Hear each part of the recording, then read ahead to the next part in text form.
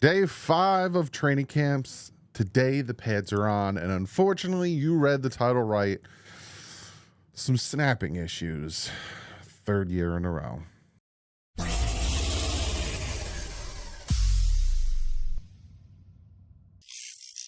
What is up, Finn fans? Got another one for you. Day 5 of training camp. Pads are on. Gonna jump right into this, go into the little nitty gritties, but real quick. It's real quick. I got a video for you guys tonight. Top 100 countdown. We're gonna talk about it later tonight. Probably around like 11 o'clock-ish. It'll be a late video, but you're going to want to watch it. So we're going to jump into this. Zach Sealer has the orange jersey today. No Cam Smith here. This is what Barry Jackson said. No Cam Smith here at Dolphins camp. He limped off yesterday. Severity still being assessed with regard to significance and length of absence.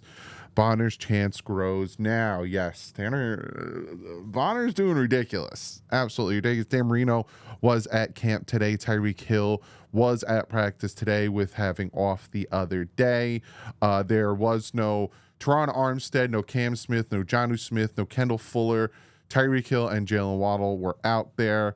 Yeah, it's just rest day for Teron. Teron said he's going to have his first practice tomorrow. Cam Smith is dealing with that injury. We don't know what it is. And Jonnu Smith and Kendall Fuller are also getting that vet rest day. If it helps us have them at the end of the year, rest. That's my thought process on it. Rest. That's all fine. First play of practice is a completion from Tua to Craycraft. One of those subtle things about Tua I love. This is from Travis Wingfield. Is the man ball the hold on. Tua is the many ball fakes, footwork, eye candy. He gives guys resets and still throws with accuracy and zip. Sorry. So essentially what he's saying is ball fakes looking essentially what Travis loves the most about Tua is what he's saying is the way he can fake out the defense. Sky at times throws a nice layered throw on a deep cross, but Fortson can't hang on to it. Next, Skyler finds Tyreek underneath, who picks up about 15 after the catch. I just want to touch on something real quick, and I'm going to sound real petty, and I apologize if this is cringy for some of you guys. In 2022, when Tua got injured and Skyler was in there, and I talked about, I gave him the benefit of the doubt because he was a rookie and he got thrusted in. But a lot of people were like, he doesn't practice with these guys, and he doesn't practice with the starters, and this, and that. Here's a prime example of training camp for the next month and a half, how he's going to be interchanged and intermingled with the first team, with the starters. He just threw a pass to Tyreek. He has worked, and he will be working continuously with Tyreek. They do this in the offseason, so God forbid something happens, he's prepared. Okay, I just wanted to talk about that. Tyreek Hill back after a vet rest day. Cam Smith, yada yada. I already talked about that. Nick Needham fits a Chris Brooks run and shuts it down before it gets going. Supposedly the pads were cracking today. Benito Jones stacks up a pile that gives Brooks a clean scrape to Phil to cut down Achane for a short gain, which is nice to hear. Benito off to a solid start, and Brooks looks fired up to get the pads on. Neville Gallimore with a sack on Mike White. Good upheld rush to overset his man. I'm hearing that the backup quarterbacks were not good today. Yikes. Sealer with another pursuit play to go outside the numbers and cut down a short throw to Achane. His effort is off the charts today. That man needs to prove that it was him, not Wilkins. Second, after I asked where the Miami Dolphins' Bradley Chubb was, he comes walking out, and fans immediately turn to face Chubb to show their support. Waddle finds a soft spot 18 yards over the middle, and Tua is on time, on target. Call it about 20 total. I have a video of that. Storm Duck, the undrafted free agent who has a fantastic name, makes a couple of plays, one on an outlet value where he tagged off on the line of scrimmage, then another winning the edge on a sprint from the back. I believe it was Brooks. That's from Travis Wingfield. Go follow him if you are not yet. Gallimore with a wicked swim to get in for his first sack, working on Keon Smith. Driscoll and Keon Smith open a lane. Jeff Wilson has a good physical run. Nice gain. Jalen Wright has another shifty run to the perimeter with a buttery cut to daylight, picked up 12 or so. I'm telling you, if you're not following Travis Wingfield with the way he like describes these plays, go follow him.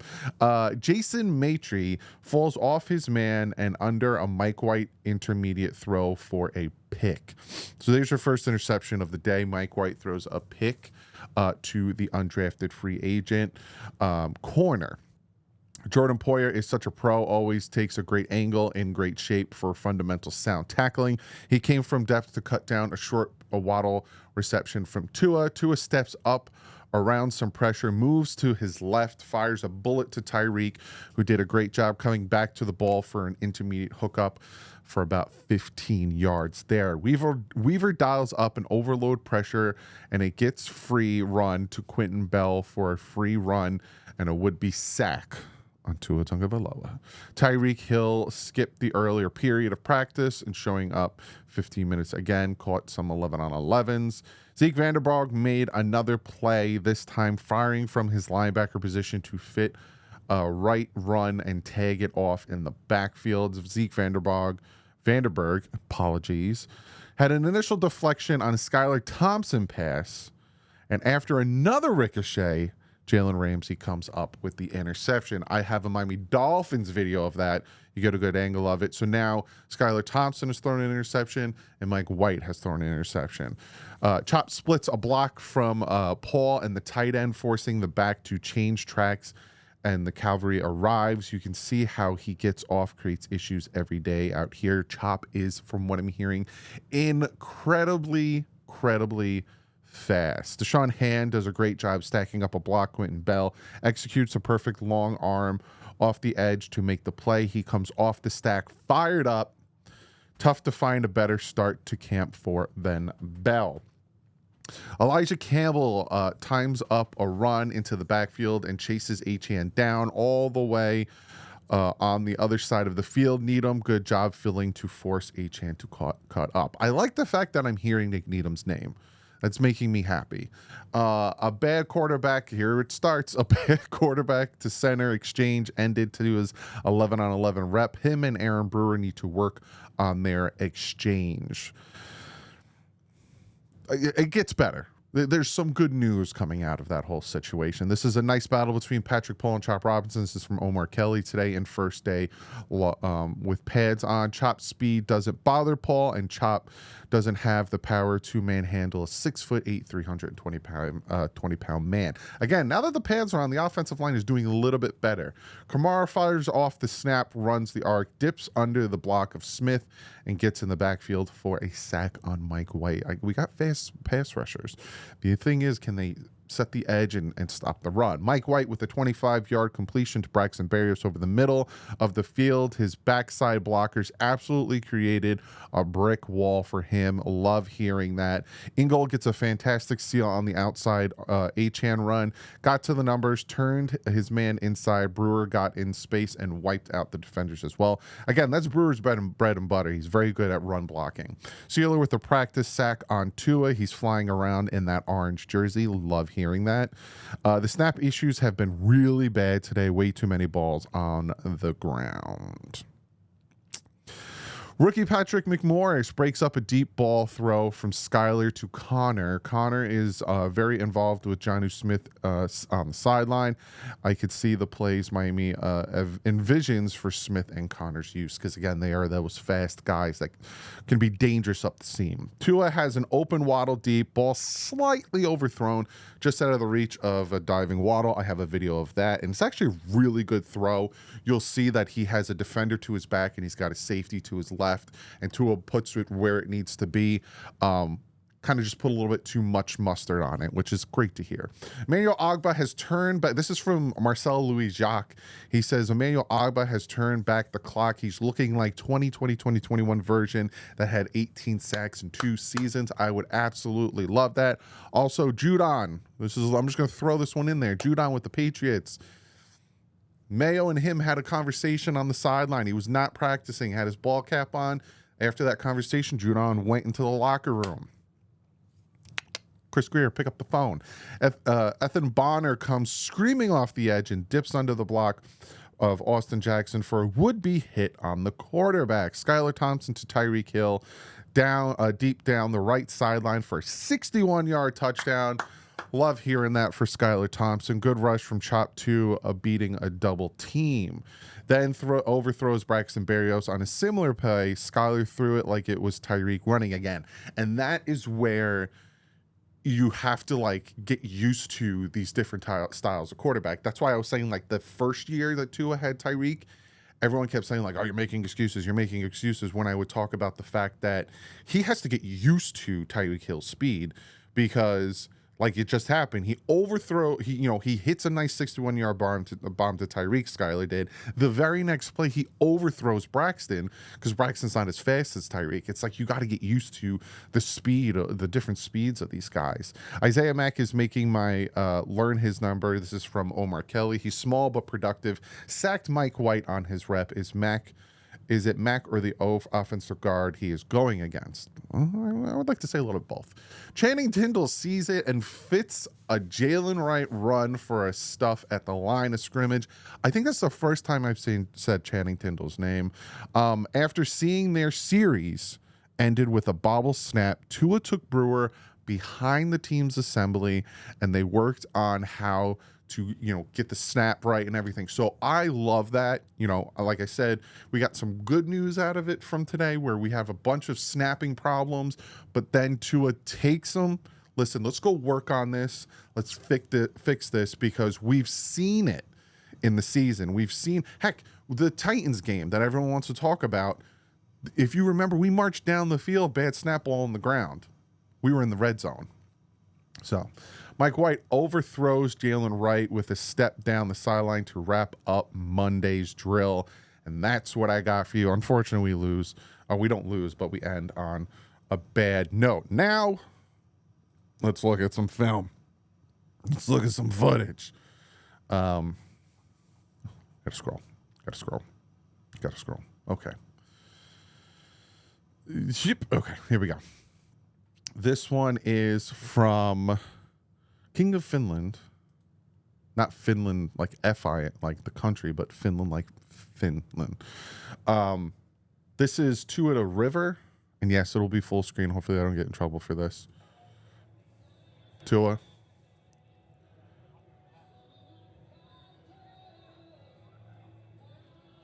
Nice. Just a nice, easy throw. Nothing too crazy.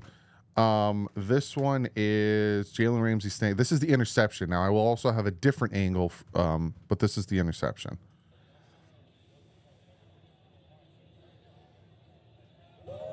Yeah.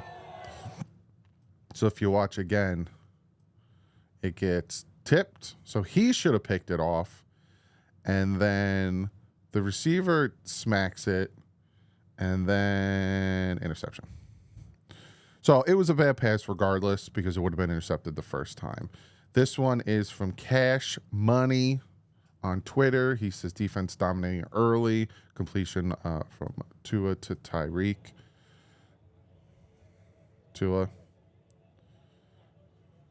Nice little crossing route. All right, what else do I got for you guys? Tua gets outside the pocket. So this is the one where he evades the pressure. There he goes. On his left. Nice. Could have thrown it down there if he wanted to.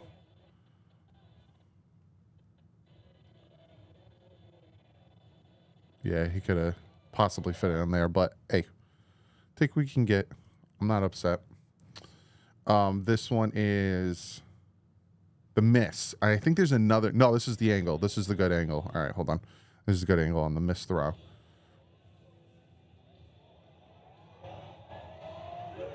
So, again, it was overthrown to me, but it was a good throw because Tua throws it over here because he sees the safety starting to come over.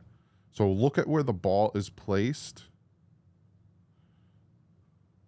Because if he throws it where, so say Jalen Waddle just runs a straight down the numbers, look at where it would have landed, 21, would have gotten there, it would have been a horse of a different color. All these defenders here just overthrew him just a little bit. If he got it like just threw it a little sooner, boop, touchdown, beautiful throw. Everyone would have been hooping and a hollering. Hooping and a hollering. This is a big play from Tua to tight end. Just so you know, the music right now is Metallica. Master of Puppets.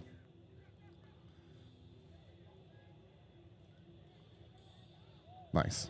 I think that's Julian Hill.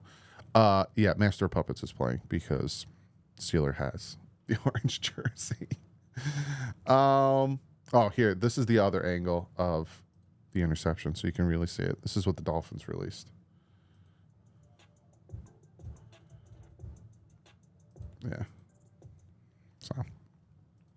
So there's that. Let me see. Do I got any pressures for you? Patrick Paul's focused on the small battles, winning every day.